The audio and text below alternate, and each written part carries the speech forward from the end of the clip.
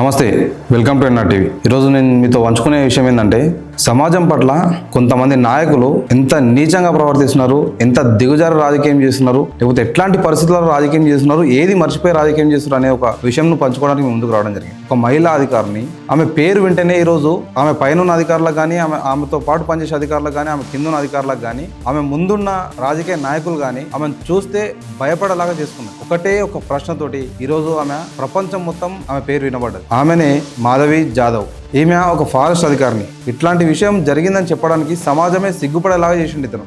ఈ సంఘటన ఎక్కడ జరిగిందంటే, మహారాష్ట్రలోని నాసిక్ పట్టణంలో గణతంత్ర దినోత్సవ వేడుకల్లో జరిగింది. ఆమె ఫీల్డ్ డ్యూటీ అధికారిగా ప్రభుత్వ కార్యక్రమాల్లో విధులు నిర్వహిస్తూ ఉంటుంది. ఆమె కేడర్ రాష్ట్ర ప్రభుత్వ సేవకు చెందిన ఫారెస్ట్ డిపార్ట్మెంట్ కేడర్. అసలు ఏం జరిగిందంటే, జనవరి 26 అంటే భారత రాజ్యాంగం అమల్లోకి వచ్చిన రోజు. ఆ రోజున భారతదేశం అంతా రాజ్యాంగ విలువలను గుర్తు చేసుకుంటా ఉంటుంది. ప్రజాస్వామ్యం, సమానత్వం, హక్కులు అనే భావాలకు రూపం ఇచ్చిన వ్యక్తి డాక్టర్ బిఆర్ అంబేద్కర్. అయితే నాసిక్ లో జరిగిన గణతంత్ర దినోత్సవం వేడుకల్లో ఒక లీడర్ అని చెప్పుకునే ఒక వ్యక్తి కార్యక్రమాన్ని ఉద్దేశించి ప్రసంగిస్తున్న క్రమంలో భారత రాజ్యాంగ నిర్మాత డాక్టర్ బిఆర్ అంబేద్కర్ గారి పేరును ప్రస్తావన లేకుండా స్పీచ్ ముగించే ప్రయత్నం చేస్తూ ఉంటాడు. అసలు భారతదేశానికి రాజ్యాంగాన్ని రచించింది, రాజ్యాంగం రాయడంలో ఎక్కువ చొరవ తీసుకున్న డాక్టర్ బిఆర్ అంబేద్కర్ పేరు మర్చిపోవడం అనేది అది దేశానికి సిగ్గుచేడు. ఆ విషయాన్ని గమనించిన ఫారెస్ట్ అధికారిని మాధవి జాదవ్, అంబేద్కర్ గారి ప్రస్తావన లేని ఆ స్పీచ్ కు సంబంధించిన విషయాన్ని గమనించిన ఈ ఫారెస్ట్ అధికారిని ఆ విషయాన్ని, తన బాధను బహిరంగంగా వ్యక్తం చేసింది, బహిరంగంగానే క్వశ్చన్ చేసింది. సభలో ప్రసంగించుకుంటా మంత్రి స్థానంలో ఉన్నటువంటి ఒక వ్యక్తి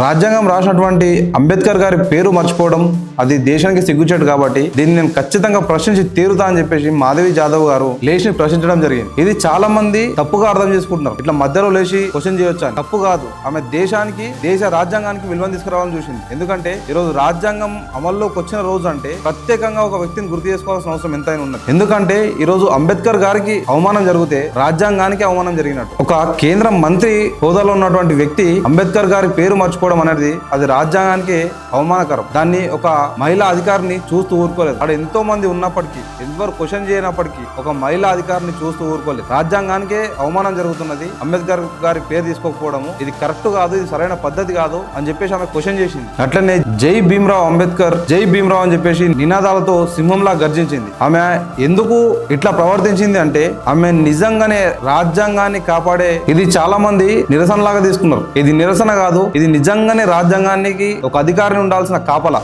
రాజ్యాంగ హక్కులకు ఎలాగైతే పోలీస్ వ్యవస్థ కాపలా ఉంటుందో రాజ్యాంగానికి కూడా కాపలా ఉండాల్సిన అవసరం ఎంతైనా ఉన్నది. ఆమె ఎందుకు ఆ ప్రస్తావన తీసుకొచ్చింది, ఎందుకు క్వశ్చన్ చేసింది, ఎందుకు నిరసన తెలిపింది అంటే, రాజ్యాంగం ముందు ఒక మంత్రి అయినా ఒకటే, ప్రధాన మంత్రి అయినా ఒకటే, సాధారణ మనిషి అయినా ఒకటే. ఇట్లాంటి అధికారిక ప్రోగ్రామ్ లో బాబాసాహెబ్ అంబేద్కర్ గారి పేరు మర్చిపోవడం సరైన పద్ధతి కాదు, కరెక్ట్ కాదు. ఇట్లాంటి దాన్ని రాజ్యాంగబద్ధమైన పదవిలో నేను ఉండుకుంటా, నేను ఇట్లాంటి దాన్ని సహించే పరిస్థితి లేదు అని చెప్పేసి ఆమె సింహంలాగా గర్జించింది. ఆడ అంత మంది ఉన్న ఈ మొక్కతే ఇంత నిర్భయంగా మాట్లాడడానికి కారణం ఆమె రాజ్యాంగబద్ధమైన ఆ డ్యూటీలో ఉండడం, నిజాయితీగా పనిచేయాలన్న ఆలోచన ఆమె లోపల ఉన్నది కాబట్టి. ఎందుకంటే రాజ్యాంగబద్ధమైన హక్కులు కాపాడే పరిస్థితిలో నేనున్నా, రాజ్యాంగబద్ధమైన హక్కులు కాపాడాల్సిన ఆ పదవిలో నేనున్నా, ఆ బాధ్యతలో నేనున్నా, ఈ రోజు రాజ్యాంగానికి అవమానం జరుగుతుంటే నేను చూస్తూ ఊరుకోలేను. ఆమెకు తెలుసు ఆమె ఇట్లా మాట్లాడితే సస్పెండ్ చేయొచ్చు, జాబే పీకేయచ్చు అని చెప్పేసి ఆమెకు కూడా ఆలోచన ఉంది. అయినా కూడా ఈరోజు భారత రాజ్యాంగాన్ని నిర్మించినటువంటి బాబాసాహెబ్ అంబేద్కర్ గారికి అవమానం జరిగితే రాజ్యాంగానికి అవమానం జరిగినట్టు, దేశానికి అవమానం జరిగినట్టు. కాబట్టి నేను సహించను, నా జాబ్ పోయినా పర్లేదు, నన్ను సస్పెండ్ చేసినా పర్లేదు, ఏదేమైనా నేను ప్రశ్నిస్తా అని చెప్పేసి ఆమె నిర్భయంగా బయటకు వచ్చి క్వశ్చన్ చేసింది. ఎందుకంటే రాజ్యాంగబద్ధమైన పదవులలో ఉండుకుంటా, సిగ్గు లేకుండా భారత రాజ్యాంగం అమల్లోకి వచ్చిన రోజు అంబేద్కర్ గారు ప్రస్తావన లేకుండా ప్రసంగించిన వ్యక్తికి గాని, ఇక ముందు ప్రసంగాలు చేస్తున్నటువంటి రాజకీయ నాయకులు ఎవరైనా సరే అంబేద్కర్ గారి పేరును నిత్యం స్మరించుకోవాలి. వాళ్ళు ఎందుకు స్మరించుకోవాలంటున్నంటే, రాజ్యాంగబద్ధమైన హక్కులను మీరు పొందుకుంటా రాజ్యాంగాన్ని రచించిన వ్యక్తిని ఈ రోజు మీరు మర్చిపోవడం అనేది మీ పదవికే సిగ్గుచేడు.